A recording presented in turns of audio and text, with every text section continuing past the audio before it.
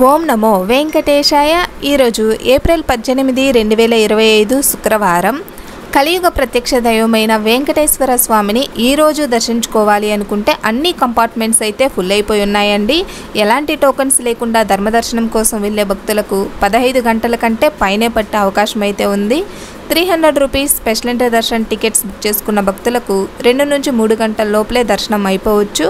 Free SSD tokens, దివ్య దర్శనం tokens తీసుకున్న భక్తులకైతే మాత్రం 4 నుంచి 5 గంటల సమయం అయితే పడుతుందండి.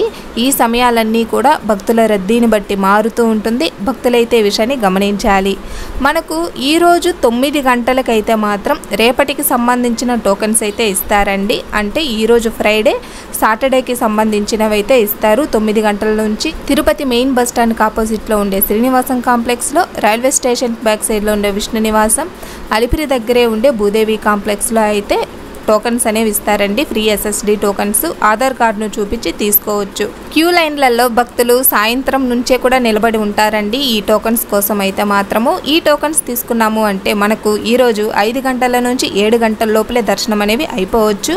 ఎలాంటి టోకన్స్ లేకుండా వెళ్తే మాత్రము 15 గంటల కంటే పైనే పట్టే అవకాశం అయితే ఉంది.